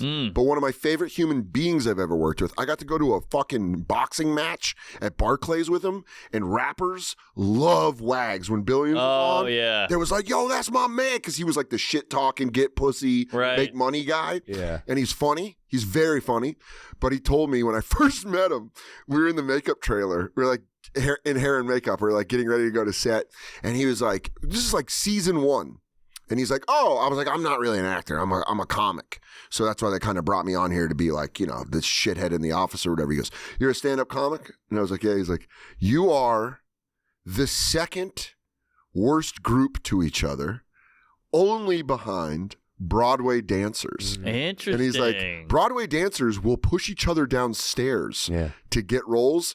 Comics do it verbally. And I was like, he said that. I was like, you know a lot of comedians. He was like, yeah. I was like, we are the bitches. Hack Swan. That's brilliant. Hack Swan is a great. I took an improv class when I first started comedy because I heard you're supposed to do that, and I was blown away by how supportive, nice, sweet gay they that all shit are. is. So gay. Each other. I think it's just like, Well, you form bonds and you form like little groups, and it is cliquish. But if you ever want to get a comic comfortable around you, just start talking shit. Works every time. It will work every fucking time. But I think once you find your group, it's like, yeah, we had a very lucky experience. Our group naturally came together like this wonderful planet we lived on, where it was just an explosion. We all moved. We were all doing it at the same time. We all started hanging at the same time. Shout out to Rebecca Trent in the Creek for giving us a place that we could go and kind of like hang out and black out and get completely black out and throw up tecates. Yeah. You know what I mean? But it's like, that is important. Well, also, we had a shared love, like actual love of comedy. Like, a lot of people are hobbyists, or they do this to get to some stepping stone. Sure. We all gave a shit, and I think that really brought us together. Yeah, we'd also, like, sit around and talk jokes. Yes. Like, and talk old jokes. Like, dude, List and I remember, and it was like when you and List started hanging out, I was already hanging out with List, and I remember he would be like, Norman's one of us. He just wants to talk about jokes, wants to talk about old specials, and you're like, great. And it really is like a filtration system where you're like, yes, awesome. Yes, exactly. Because Liz and I were quoting Comedian at each other like within a week of hanging out. Right. Like, what are you doing this weekend? You're like, this weekend? Working here. Yeah. Or he would get off and he'd be like, work. Yes. Man, I can't talk to Colin about that movie because it bugs him how much I love it. He's so funny in it, though. I'm like, dude, it framed how I look at stand-up comedy. Oh, yeah. And if you watch it at different points in your career, it means something else. I watched it 2 weeks ago. Hey! How great is it at the beginning you see young Sherrod? Yes. And he goes, there's a certain compulsion among comedians to get on stage. He goes, you want to go on? He goes, you're up next? Oh, my God. Young Russ and Eve. And my favorite is when Colin's sitting right by the server hutch, you know, that table, and he points to the other table and he goes, Topolo's got a friend in a think tank. Nick, where's your friend in that think tank? And he goes, telling you that think tank bit's going to be big. It's going to be big. And the story, you know what? I just quoted Comedian. Madonna went to the Cellar. I heard. Schumer brought her, and Madonna bombed for a half hour. You don't say. Like she bombed so bad that like. I was like, bring John Mayer back. Yeah. Oh, she would kill for a Mayer set. Yeah. But it was funny. I think the British press was like, she did so well and the American audience couldn't handle it. Like, oh, we could. We got it. But it's like that Quinn bit. That's what I mean when he goes, a minute of grace. He goes, Jack Nicholson, who's the most beloved person on the planet. After 5 minutes, they'd be like, all right, Jack, what do you got? Exactly. You're right. Oh, dude, there's even a clip of Jack, and I don't know if it's the Oscars or what, but he brings out Robin Williams to like. Oh, yeah. I remember that. Like, he's leaning on a comic. Yeah. Whoa. But Madonna kept doing the thing where she was like, do you guys hate me? And then they would clap. And what a week. For a role or something? No, she just wants to do it. She's tried stand-up before. She did Fallon. He opened for me. Not open for me, but I was opening for Schumer at the Garden, and she went on before me. Wow. And it was the easiest softball follow of all time. Did you talk to her or what? I tried to get her number. She wasn't into it. But no, I was too scared to approach her. I didn't want her to mace me. Before the pandemic, when Jon Stewart was hanging back out at the I remember that. It was me, Stewart, and Michelle Wolf at the table, and Schumer, brought her in and took her downstairs to do a set, and like everybody followed. Yeah. It pulled like the side tables, and everybody like went down the thing. And to Jon Stewart, I was like, you don't want to go watch Madonna do stand-up? And he like looked at the TV and he goes, not at all. And then looked back at the TV and I was like, this is why you're the best. I said that to Jon Stewart. I said, you are the the whole theory of never meet your heroes. He's cool. That is not true with Jon Stewart. Great guy. He's really the fucking man. Yeah. He just sat down at the table. Stand up when he was doing like that first hour was so good too. But when he'd come to the Cellar, you literally felt there's celebrities that make you feel like shit. Yeah. Stewart, I was like, hey, and he like remembered the club I worked at the last time I saw him. He's like, weren't you down in Florida? And I was like, yeah, I did that. And he's like, it was awesome. I'm going to be at the Levity Live in Alabama, in Huntsville, February 20th through the 22nd. And then I'll be at the Balboa Theater, February 28th in San Diego. I'll be at the United Theater, March 1st in Los Angeles. We're trying to hold on to that date. We might have to move it. But March 2nd, I will be at Palace of Fine Arts in San Francisco. Nice. And then March 7th, March 8th, I will be, as part of Gilda's Laugh Fest, doing a theater in Grand Rapids, Michigan. Cool. DanceOrder.com for all my dates. Hell yeah. And check out the YouTube special. It's climbing. Yeah, we're at like, just go watch me do stand-up. I love doing it. Go see Dan the Road. Dan's got a great podcast as well right now. Oh, yeah. Who's this? You. Oh, jeez. I'm picking up some casinos so I don't have to leave the baby for too long. He's in the car right now. Atlantis Casino in Reno. Then I'm doing Nashville at the Ryman. Then Napa, Santa Barbara, Asheville, Bristol, Tennessee, New Brunswick, Ithaca, Rochester, Port Chester, Albany, Burlington, Wassaw? Wax on, wax off. Yeah, something we took from the Indians. Green Bay, Eugene, San Jose, and Mashantucket at the Great Cedar Showroom at Foxwoods. Hey, I'm doing the Flynn in Burlington too. Hey, all right. I've That's a good one. never done that one. Burlington rules. I do like Burlington. Burlington is great, and also they have the greatest sandwich shop in the world called Four Corners of the Earth. Oh, really? It's one guy.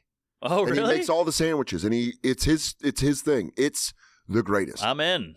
I'll see you there. All right, what do you got, Sammy? Sammy the Bull. When does this come out?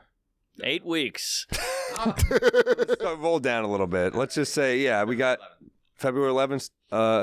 Tulsa, Austin, Dallas, Houston, NOLA, Memphis, Knoxville, Nashville, Birmingham, Atlanta, Durham. Thank you, Mark. Then in March, we got New Haven, Providence, Portsmouth, added a second there. Look at Portland, this. Maine. We're going hard. Burlington, Vermont, Montreal, Toronto. There's all. Hey, we're all doing the Flynn. Yeah, baby. Buffalo, New York, Albany, Columbus, Royal Oak, Grand Rapids. It goes on and on. SamMorril.com. I'm coming everywhere, baby. This is crazy. This is March 5th, 6th, 7th, 8th, 9th, 10th. Yo, you know what's crazy? No break. On a tour bus, Whoa. baby. Damn. Hell yeah. Go back to the March 8th thing. March 8th.